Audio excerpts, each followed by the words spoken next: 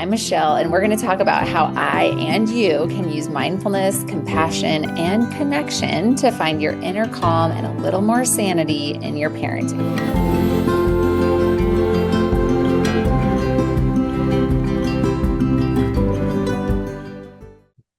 Hi, I'm Michelle, and I help parents who want to parent peacefully to foster strong relationships with their children and at times find it really hard. When my kids were small, I found myself so overwhelmed and burnt out. Not only did I struggle with responding peacefully or playfully, I got caught in an awful yelling pattern, followed by overwhelming shame because yelling was the last thing I wanted to do. And before we get into today's show, I want to tell you about a free webinar that I just hosted that you can still catch the recording. It's called Steps to Escape Yelling Patterns in Your Parenting. And one other piece of news, the registration is now open for the next Yelling to Connecting group. Here is what parents are saying. This parenting course gave me so many helpful insights. Being in a group made such a difference. It helped me feel less alone and really normalized some of the struggles I've been facing. Grateful for the support and everything I learned. This program changed the way I show up as a mom and as a parent. It's not just about yelling less, it's about creating lasting, loving bonds with my children. This is like getting me a verklempt SNL reference. I now understand why it's so important for self-care. Not only do I benefit from self-care, but does my whole family. I feel stronger, more grounded, and more helpful about the kind of mom I can be. It was so amazing to do the first Yelling to Connecting course, and now we're opening round 2. So if you're wanting to find support and community in your parenting, you can find the link in the show notes and sign up for the next Yelling to Connecting course. I'd love to see you there. So now let's talk about how I and you can use the science of mindfulness and self-compassion to find your inner calm and a little more sanity in your parenting. Today's topic, why did I yell? So this is a common question that I've been asking myself for years now. It feels like, I don't know, 8 years ago when I was really stuck in burnout. I'm sure I did ask myself the question, why did I yell? But I was so overwhelmed and defeated and feeling hopeless and,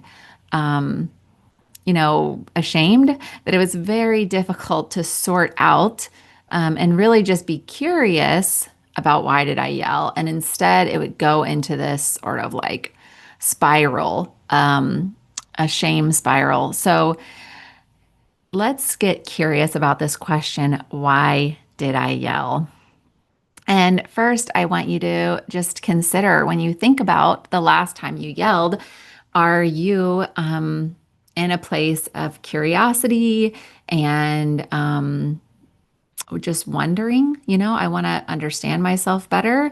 Or do you feel that wobble of shame where when we're in shame, as Brene Brown talks about, it's not helpful. It just shuts us down. It makes it more difficult to create change. And I will say that one way you can think about this is if you're within your window of tolerance. So if you're within your window of tolerance, it's uncomfortable to think about, why did I last yell? What were the upsetting feelings? It doesn't feel good, but it's sort of manageable. Like I'm mostly regulated. I can think clearly. That's when I'm within my window of tolerance. If I'm outside of my window of tolerance, I feel flooded with emotions. I feel overwhelmed by the emotions, the situations, the thoughts, or I just feel so overwhelmed that I shut down. I don't want to think about any of it. That tells me I'm outside of my window of tolerance. So if you're start off in curiosity, but you slip into overwhelm and you find yourself outside of your window of tolerance, then just pause this video or podcast and do something nice for yourself. Listen to something totally different, distracting, something funny, watch funny videos. It's okay to mindfully notice this is too much and I need to step away. I remember there's parenting podcasts that I love, and I would feel so ashamed that I couldn't follow the advice, that I had to stop listening because it was so defeating. And so even when they were really, would share their own stories and be really, inclusive and not judging or anything like that, it was just my own internal, stuff that would come up. So if that happens for you, just know you're not alone. You're normal. And the reason is because you care. You care deeply about your kids, about your family, about how you're showing up. So that is a great, great thing. So let's go back to this big question. Why did I yell? So let's look at, I'll just use myself as an example of the last time that I yelled. And I always think about what's happening in my life, like what's the context, right? So here where we live, it is the start of the school year. And actually, yeah, the most recent time I yelled, my husband was out of town. And that was sort of a trigger for me because I was already stressed out about the start of school and my kids' kind of like stress levels. And then I was feeling really alone, which hits on a raw spot from growing up. So here we go. This is the mess of it, right? When we ask this simple question, why did I yell? It's actually can be quite complex. So, first, I think it's helpful to look at the context. What is happening in your life?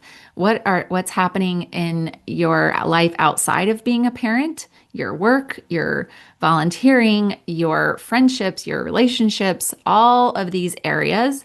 What's happening in your life? What is the context? Also, same for your kids. What's happening in your kids' lives? They might be struggling. They might be in a season of struggle. So they might be struggling with more difficult behaviors. Of course, that's going to be harder for us, especially if it's like prolonged, right?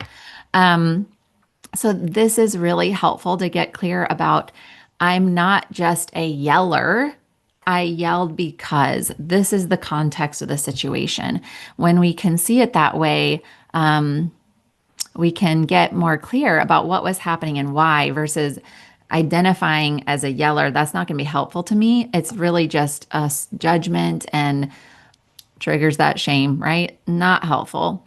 And then it's helpful to think about what specifically was there a trigger right before, right? So, okay, yeah, this is the context. I was home by myself, school's starting, all these things. Now, what happened that triggered, that set that flare on inside, right? And I'm trying to remember for myself. I can't recall at the moment. This is how it goes. This is why journaling is helpful. But you can think about what was the trigger, what was the thing that happened, and our triggers, it's really helpful that our triggers can be kind of like repetitive, right? They're the same triggers over and over again. So it's helpful to know, oh, when my kid does this, because they're probably going to do it again, that's going to be really hard for me. So it might be talking back. It might be sibling fighting. It might be, isn't that one of the hardest sibling fighting? It might be walking away and slamming the door. It might be no response at all. Ooh, you say something, you ask your kiddo to do something, and they don't acknowledge that you've spoken. All of these can be triggers. So consider now, what was the trigger for me? What happened just before I yelled? And then think about, okay, can I make a plan for this next time? Like this is probably going to happen again.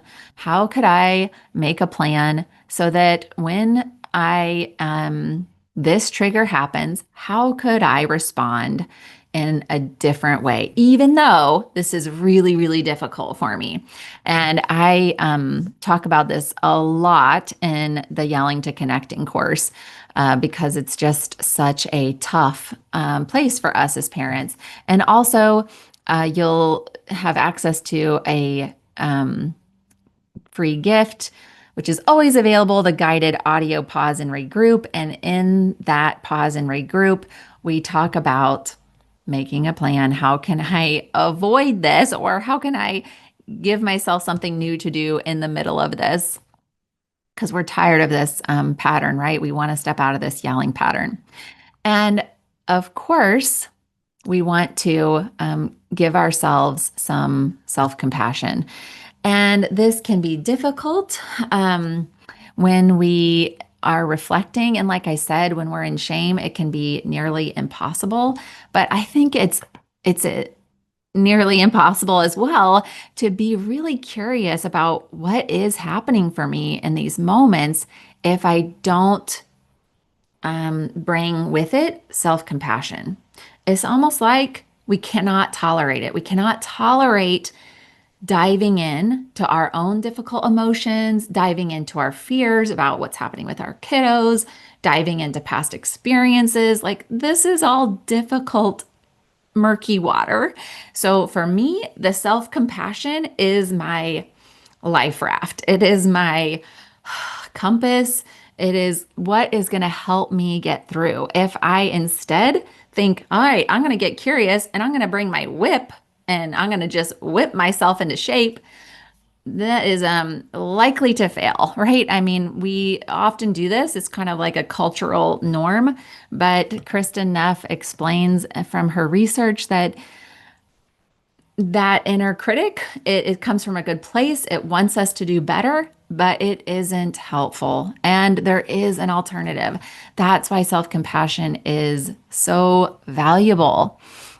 And bonus, it's far easier to be compassionate of our children when we can be compassionate towards ourselves. So, a self-compassion statement might be, may I be gentle with myself in this moment.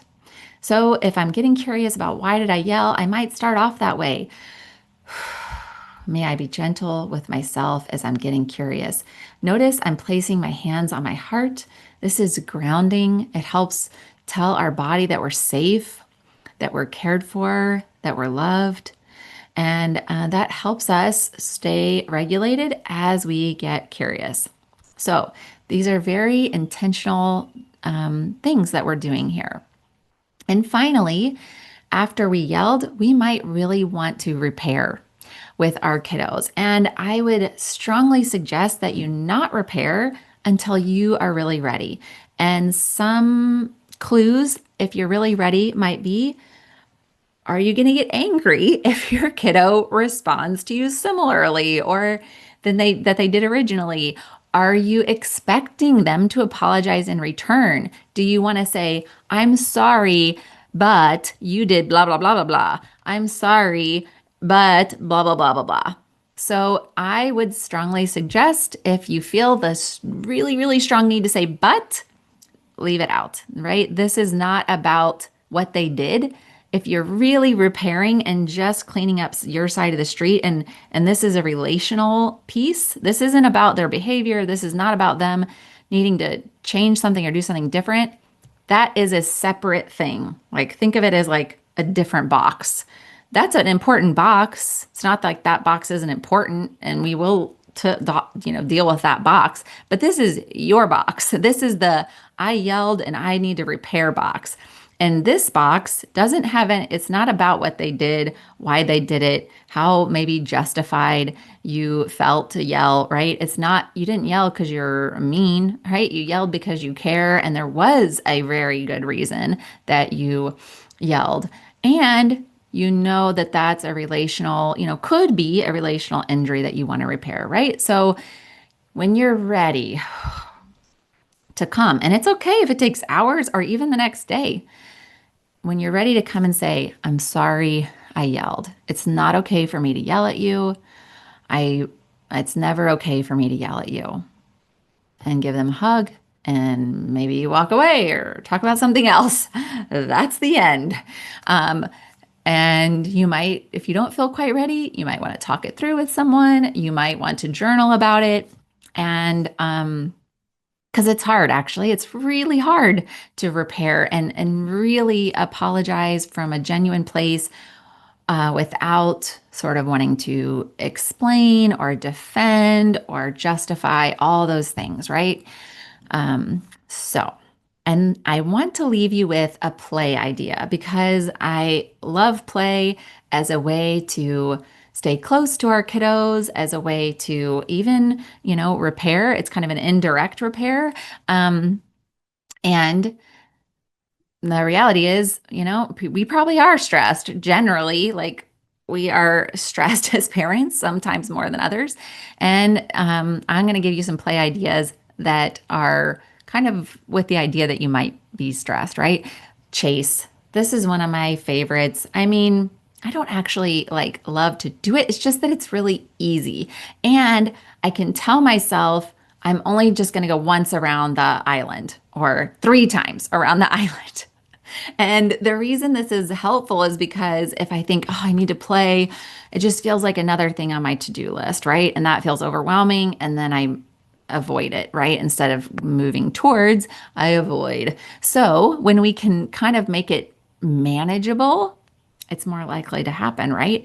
Kids love it too. They love being chased. I don't know what it is about chase. I guess because, they feel really like loved and they feel like someone's coming close to them and someone wants to play with them. So that feels really good. And it's also silly and fun, right? So you could make up something like, I'm gonna get you and I'm the big, hairy, scary monster. Or it could be like, what? You didn't put your backpack away? You better run because I'm coming to get you. Doesn't matter like what the storyline is, right? It's just a silly storyline. Play a couple rounds of chase. That's it. Nothing more to it. You're just bringing some lightness into your relationship, into your home, maybe even into your own heart. Because I know for myself as a parent, it's hard to feel lighthearted. I'll give you one more. If you want to buy a cheap bag of balloons on Amazon or wherever, um, blow up a balloon and then you try to keep the balloon off the floor. It's so simple. That's why I love this one. We often like just have balloons in our house because why not? They're cheap. And then you're in a room and you just try to keep the balloon from touching the floor and you go back and forth. You could add a little challenge by laying on the floor and then you try to keep the balloon off the floor with your feet. Be creative. I'm sure that your kiddos will come up with some creative ideas. And I would say, I mean, preteens might play with you. They would probably roll their eyes, which is always fun to get your preteens to roll their eyes. Teens, probably you're not going to be able to play chase or keep the balloon off the floor. So I'll have to come up with some other ideas for you, parents of teens. But just think, how could I be a little playful or lighthearted with my teen today? That's all it is, right? Just keep it small and manageable. And before you go today, I have a free gift for you. It is the free guided audio pause and regroup that I told you about. It is me talking you through one of those moments where you're about to lose it or you've just lost it. Essentially, as soon as you catch yourself, like, oh, I'm yelling or I'm about to yell, you remove yourself from the situation, you pop in your earbuds, you press play, and I walk you through steps to pause and regroup. And part of it is moving through that, offloading some of that energy in a way that is not harmful to anybody, redirecting your thoughts, and then getting yourself back into, regrouped and ready to rejoin your family. I'd love for you to check it out and tell me how it goes using it. I'd love to hear how it goes for you. A reminder, this content is intended for educational purposes only and should not be used as a replacement for private psychotherapy services. Compassionate Heart Mindful Life does not provide psychotherapy services in any capacity. I am a therapist, but I'm not your therapist, and this is not therapy and should not be a substitute for mental health treatment. If you need mental health treatment, please find a qualified professional in your area. Thanks again for listening. Bye bye.